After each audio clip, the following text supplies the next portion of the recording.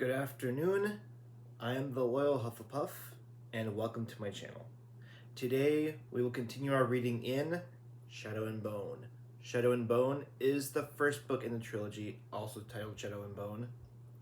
And there's currently a Netflix series out that's also based off of the title of this book, as well as the first book of a duology called Six of Crows. Yesterday we were reading chapter 16, and today we will be going into chapter 17. Hope you all enjoy as we continue reading the book. Maul took both watches and let me sleep the night through. In the morning, he handed me a strip of dried meat and said simply, "Talk." I wasn't sure where to begin, so I started with the worst of it. The Darkling plans to use the Shadowfold as a weapon. Maul didn't even blink. How? He'll expand it, spread it through Rafka and Ferda, and anywhere else he meets resistance. But he can't do it without me to keep the Volcra at bay. How much do you know about Rose of a Stag? Not much. Just that it's valuable. He looked out over the valley, and that it was intended for you. We were supposed to locate the herd and capture or corner the stag, but not harm it. I nodded and tried to explain the little bit I knew about the way amplifiers worked, how Ivan had to slay the Sherborne bear, and Marie had to kill the northern seal. Agricia has to earn an amplifier, I finished. The same thing is true for the stag, but it was never meant for me. Let's walk, Maul said abruptly. You can tell me the rest while we're moving. I want to get us deeper into the mountains. He shoved the blanket into his pack and did his best to hide any signs that we'd ever made a camp there. Then he led us up a steep and rocky trail. His bow was tied to his pack, but he kept his rifle at the ready. My feet protested every step, but I followed and did my best to tell the rest of the story. I told him everything that Bagra had told me, about the origins of the fold, about the collar that the Darkling intended to fashion so that he could use my power, and finally about the ship waiting in Oscurvo. When I finished, Maul said, "You shouldn't have listened to Bagra." "How can you say that?" I demanded. He turned suddenly, and I almost ran right into him. "What do you think will happen if you make it to the fold? If you make it onto that ship, do you think his power stops at the shore of the true sea?" "No, but it's just a question of time before he finds you and slaps that collar around your neck." He turned on his heel and marched up the trail, leaving me standing dazed behind him. I made my legs move and hurried to catch up. Maybe Bagra's plan was a weak one, but what choice had either of us had? I remembered her fierce grip, the fear in her feverish eyes. She'd never expected the Darkling would really locate Morozov's herd. The night of the winter feat, she'd been genuinely panicked, but she tried to help me. If she'd been as ruthless as her son, she might have dispensed with risk and slit my throat instead. And maybe we all would have been better off, I thought dismally. We walked in silence for a long time, moving up the mountain in slow switchbacks.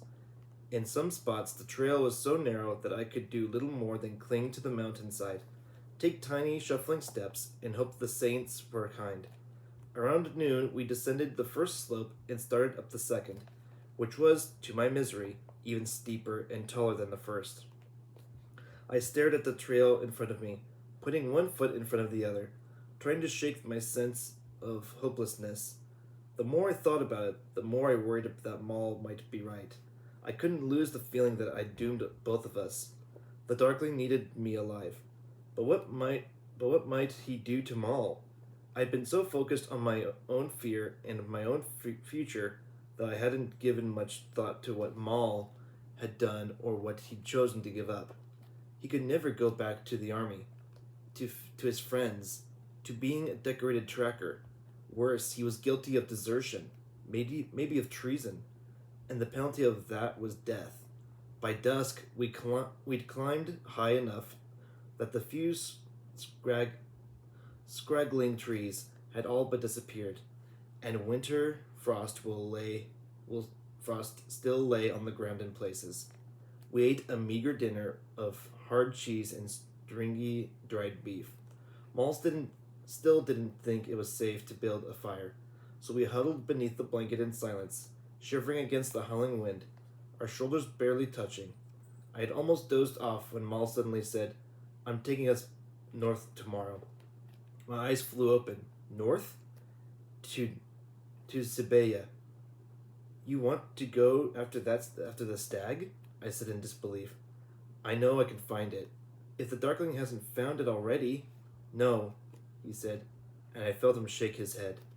He's still out there. I can feel it. His words reminded me eerily of what the Darkling had said on the path to Bagra's cottage. The stag was meant for you, Alina. I can feel it. And what if the Darkling finds us first? I asked. You can't spend the rest of your life running, Alina. You said the stag would make you powerful. Powerful enough to fight him. Powerful enough to fight him? Maybe. Then we have to do it. If he catches us, he'll kill you. I know. All Saints, Maul, why do you come after me? What were you thinking? He sighed and scrubbed a hand over his short hair. I didn't think. We were halfway back to Siberia, when we got orders to turn back around and hunt you. So that's what I did. The hard part was leading the others away from you, especially after you basically announced yourself in Rivost, and now you're a deserter. Yes. Because of me. Yes. My throat ached with unshed tears, but I managed to keep my voice from shaking. I didn't mean for any of this to happen. I'm not afraid to die, Alina, he said in that cold, steady voice that seemed so alien to me. But I'd like to give us a fighting chance. We have to go after the stag. I thought about what he said for a long while. At last, I whispered, okay. All I got back was a snore. Maul was already asleep. He kept a brutal pace over the next few days, but my pride, and maybe my fear, wouldn't let me ask him to slow down. We saw an occasional goat skittering down the slopes above us, and spent one night camped by a brilliant blue mountain lake. But those were rare breaks in the monotony of leaden rock and sullen sky. Maul's grim silences didn't help. I wanted to know how he'd ended up tracking the stag for the Darkling, and what his life had been like for the last 5 months. But my questions were met with terse one-word replies, and sometimes he just ignored me completely. When I was feeling particularly tired or hungry, I'd glare resentfully at his back and think about giving him a good whack over the head to get his attention. Most of the time, I just worried. I'd worried that Maul regretted his decision to come after me. I worried about the impossibility of finding the stag in the vastness of Siberia. But more than anything, I worried about what the Darkling might do to Maul if we were captured.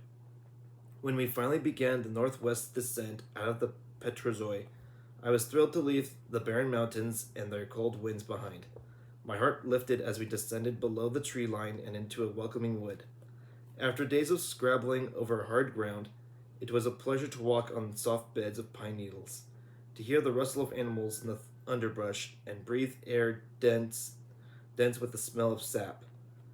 We camped by a burbling creek, and when Maul began gathering twigs for a fire, I nearly broke out in song. I summoned a tiny, concentrated shaft of light to start the flames, but Maul didn't seem particularly impressed. He disappeared into the woods and brought back a rabbit that we cleaned and roasted for dinner. With a bemused expression, he watched as I gobbled down my portion and then sighed, still hungry. You'd be a lot easier to feed if you hadn't developed an appetite, he groused, finishing his food and stretching out on his back, his head pillowed on his arm. I ignored him. I was warm for the first time since I'd left the little palace, and nothing could spoil that bliss, not even Maul's snores. We need to restock our supplies before we headed farther north into Zebeya, but it took us another day and a half to find a hunting trail that led us to one of the villages that lay on the northwest side of the Petrozoi. The closer we got to civilization, the more nervous Mal got. He would disappear for long stretches, scouting ahead, keeping us moving parallel to the town's main road. Early in the afternoon, he appeared wearing an ugly brown coat and a brown squirrel hat. "Where did you find those?" I asked. I grabbed them from an unlocked house," he said guiltily. "But I left a few coins. It's eerie, though. The houses are all empty. I didn't see anyone on the road either." "Maybe it's Sunday," I said. I had lost track of the days since I'd left the little palace. "They could all be at church." "Maybe," he conceded, but he looked troubled as he buried his old army coat and hat beside a tree. We were half a mile out of the village when we heard the drums. They got louder as we crept closer to the road, and soon we heard bells and fiddles, clapping and cheering. Maul climbed a tree to get a better view. When he came down, some of the worry had gone from his face. "There are people everywhere. There must be hundreds walking the road. I can see the dome cart." "It's Butcher Week," I exclaimed. In the week before the spring fast, every nobleman was expected to ride out among his people in a dome cart, a cart laden with sweets and cheeses and baked breads. The parade would pass from the village church all the way back to the noble's estate, where the public rooms would be thrown open to peasants and serfs, who were fed on tea and blini. The local girls wore red sarafan and flowers in their hair to celebrate the coming of spring. Butcher Week had been the best time at the orphanage, when classes were cut short so that we could clean the house and help with the baking. Duke Karamzov had always timed his return from Al's Alta to coincide with it. We would all ride out in the dome cart and would stop at every farm to drink kvass and pass out cakes and candies. Sitting beside the Duke, waving to the cheering villagers, we'd felt almost like nobility ourselves. "Can we go look, Maul?" I asked eagerly. He frowned, and I knew his caution was wrestling with some of our happiest memories from Karamzin, when a little smile appeared on his lips. "All right. There are certainly enough people for us to blend in." We joined the crowds parading down the road, slipping in with the fiddlers and drummers, the little girls clutching branches tied with bright ribbons as we passed through the village's main street. Shopkeepers stood in their doorways, ringing bells and clapping their hands with the musicians. Maul stopped to buy furs and stock up on supplies. But when I saw him shoving a wedge of hard cheese into his pack, I stuck out my tongue. If I never saw another piece of hard cheese again, it would be too soon. Before Maul could tell me not to, I darted into the crowd, snaking between people trailing behind the dome cart where a red-cheeked man sat with a bottle of kvass in one chubby hand as he swayed from side to side, singing and tossing bread to the peasants crowding around the cart. I reached out and snatched a warm golden roll. "For you, pretty girl," the man shouted, practically toppling over. The sweet roll smelled divine, and I thanked him, prancing my way back to Maul and feeling quite pleased with myself.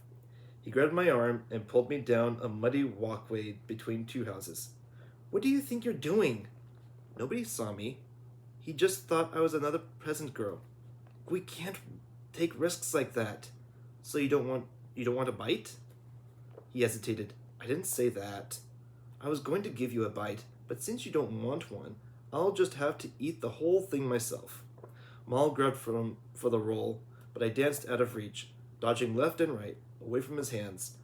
I could see his surprise, and I loved it. I wasn't the same clumsy girl he remembered. "You are a brat," he growled and took another swipe. "Ah, but I'm a brat with a sweet roll." I don't know which of us heard it first, but we both stood up straight, suddenly aware that we had company. Two men had snuck up right behind us in the empty alleyway. Before Maul could even turn around, one of the men was holding a dirty-looking knife to his throat, and the other had clapped his filthy hand over my mouth. "Quiet now," rasped the man with the knife, "or I'll open both your throats." He had greasy hair and a comically long face. I eyed the blade at Maul's neck and nodded slightly. The other man's hand slid away from my mouth, but he kept a firm grip on my arm. "Coin," said Longface. "You're robbing us?" I burst out. "That's right," hissed the man holding me, giving me a shake. I couldn't help it. I was so relieved and surprised that we weren't being captured that a little giggle bubbled out of me. The thieves and Maul both looked at me like I was crazy. Bit simple, is she?" asked the man holding me. "Yeah," Maul said, glaring at me with eyes that clearly said, "Shut up," a bit. "Money," said Longface. "Now." Maul reached carefully into his coat and pulled out his money bag, handing it over to Longface, who grunted and frowned at its light weight. "That it? What's in the pack?" "Not much. Some furs and food," Maul replied. "Show me." Slowly, Maul unshouldered his pack and opened the top, giving the thieves a view of the contents. His rifle, wrapped in a wood blanket, was clearly visible at the top. "Ah," said Longface. "Now that's a nice rifle, isn't it, Lev?" The man holding me kept one thick hand tight around my wrist and fished out the rifle with the other. "Real nice," he grunted. "And the pack looks like military issue." My heart sank. "So?" asked the Longface. "So, Rykov says a soldier from the outpost from Trunast has gone missing. Word is he went south and never came back. Could be we caught ourselves a deserter?" Longface studied Maul speculatively, and I knew he was already thinking of the reward that awaited him. He had no idea. "What do you say, boy? You wouldn't be on the run, would you?" "The pack belongs to my brother," Maul said easily. "Maybe. And maybe we'll let the captain at Trunast take a look at it, and take a look at you." Maul shrugged. "Good. I'd be happy to let him know you tried to rob us." Lev didn't seem to like that idea. "Let's just take the money and go." "Nah," said Longface, still squinting at Maul. He's gone deserter, or he took that off some other grunt. Either way, the captain will pay good money to hear about it." "What about her?" Lev gave me another shake. "She can't be up to anything good if she's traveling with this lot. Could be she's done a run or two? And if not, she'll be good for a bit of fun. Won't you, sweet?" "Don't touch her," spat Maul, stepping forward. With one swift movement, Longface brought the handle of his knife down hard on Maul's head. Maul stumbled, one knee buckling, blood pouring from his temple. "No," I shouted. The man holding me clamped his hand back around my mouth, releasing my arm. That was all I needed. I flicked my wrist and the mirror slid between my fingers. Longface loomed over Maul, the knife in his hand. Could be the captain'll pay whether he's alive or dead. He lunged. I twisted the mirror, and bright light shot into Longface's eyes. He hesitated, throwing his hand up to block the glare. Maul seized his chance. He leapt to his feet and grabbed hold of Longface, throwing him hard against the wall. Lev loosened his grip on me to raise Maul's rifle, but I whirled on him, bringing the mirror up, blinding him. "What the?" he grunted, squinting. Before he could recover, I slammed a knee into his groin. As he bent double, I put my hands on the back of his head, and brought my knee up hard. There was a disgusting crunch, and I stepped backward as he fell to the ground, clutching his nose, blood spurting between his fingers. "I did it!" I exclaimed. "Oh, if only Botkin could see me now!" "Come on," Maul said, distracting me from my jubilation. I turned and saw Longface lying unconscious in the dirt. Maul snatched up his pack and ran toward the opposite end of the alley, away from the noise of the parade. Lev was moaning, but he still had a grip on the rifle. I gave him a good hard kick in the gut and sprinted after Maul. We darted past empty shops and houses and back across the muddy main road, then plunged into the woods and the safety of the trees. Maul set a furious pace, leading us through a little creek and then over a ridge, on and on for what felt like miles. Personally, I didn't think the thieves were in any condition to come chasing after us, but I was also too out of breath to argue the point. Finally, Maul slowed and stopped, bending double, hands on knees, his breath coming in gasps. I collapsed to the ground, my heart thudding against my ribs, and flopped onto my back. I lay there with the blood rushing in my ears, drinking in the afternoon light that slanted through the tops of the trees and trying to catch my breath. When I felt like I could talk, I pushed myself up on my elbows and said, "Are you okay?" Gingerly, Maul touched the wound on his head. It had stopped bleeding, but he winced. "Fine." "Do you think they'll say anything?" "Of course. They'll see if they can get some coin for the information." "Saints," I swore. "There's nothing we can do about it now." Then, to my surprise, he cracked a smile. "Where did you learn to fight like that?" "Grisha training," I whispered dramatically. "Ancient secrets of the groin kick." "Whatever works." I laughed. "That's what Botkin always says. No showy, just to make pain," I said, imitating the mercenary's heavy accent. "Smart guy. The Darkling doesn't think Grisha should rely on their powers for defense." I was instantly sorry I said it. Maul's smile disappeared. "Another smart guy," he said coldly, staring out into the wood. After a minute, he said, He'll know that you didn't head straight to the fold. He'll know we're hunting the stag." He sat down heavily beside me, his face grim.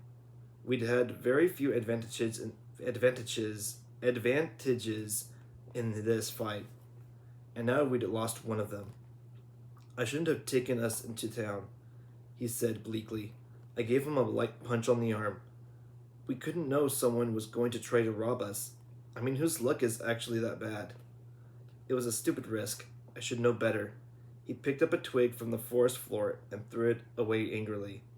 "I still have the roll," I offered lamely, pulling the squashed, lint-covered lump from my pocket. It had been baked into the shape of a bird to celebrate the spring flocks, but now it looked more like a rolled-up sock. Mal dropped his head, covering it with his hands, his elbows resting on his knees. His shoulders began to shake, and for a horrible moment, I thought he might be crying. But then I realized he was laughing silently. His whole body rocked, his breath coming in hitches, tears starting to leak from his eyes. That'd be one good roll," he gasped. I stared at him for a second, after he might have gone completely mad, and then I started laughing too. I covered my mouth to stop the sound, which only made me laugh harder. It was as if the tension and the fear of the last few days had just gotten to be too much. Mal put a finger to his lips in an exaggerated shh, and I collapsed. In a fresh wave of giggles. "I think you broke that guy's nose," he snorted. "That's not nice." "I'm not nice."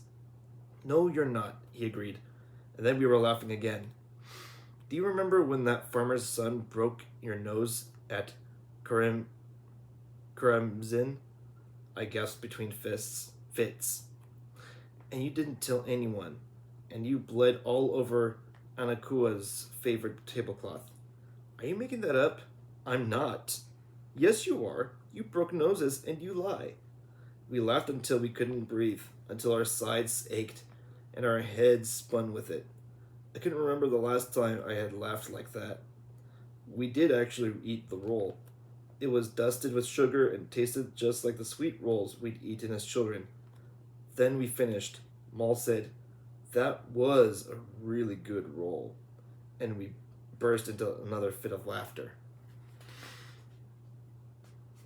Eventually, he sighed and stood, offering a hand to help me up. We walked until dusk, and then made camp by the ruins of a cottage. Given our close call, he didn't think he should risk a fire that night, so we ate from the supplies we'd picked up in the village. As he chewed on dried beef and that miserable hard cheese, he asked about Botkin and the other teachers at the little palace. I didn't realize how much I'd been longing to share my stories with him until I started talking. I didn't laugh as easily as he once had. But when he did, some of the grim coolness lifted from him, and he seemed a bit more like the Maul I used to know. It gave me hope that he might not be lost forever. When it was time to turn in, Maul walked the perimeter of the camp, making sure we were safe. While I repacked the food, there was plenty of room in the pack now that we'd lost Maul's rifle and wool blanket. I was just grateful that he still had his bow. I bunched the squirrel fur hat up under my head and left the pack for Maul to use as a pillow. Then I pulled my coat close around me and huddled beneath the new furs. I was nodding off when I heard Maul return and settle himself beside me, his back pressed comfortably against mine. As I drifted into sleep, I felt like I could still taste the sugar from the sweet roll on my tongue.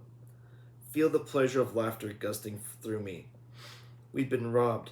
We'd almost been killed. We were being hunted by the most powerful man in Ravka. But we were friends again, and sleep came more easily than it had in a long time. At some point during the night, I woke to Maul's snoring. I jabbed him in the back with my elbow. He rolled onto his side, muttered something in his sleep, and threw his arm over me. A minute later, he started snoring again, but this time I didn't wake him. That was the end of chapter 17. I hope you all enjoyed that, and hope to see you all in the next video. If you enjoyed that chapter and are enjoying the series, please like and subscribe to my channel for more updates and more chapters as I continue reading this book. I hope you all have a wonderful afternoon, and hope you make a comment down below, and I'll take a look and see them. So anyway, hope you all are enjoying it, and we'll see you all in the next video.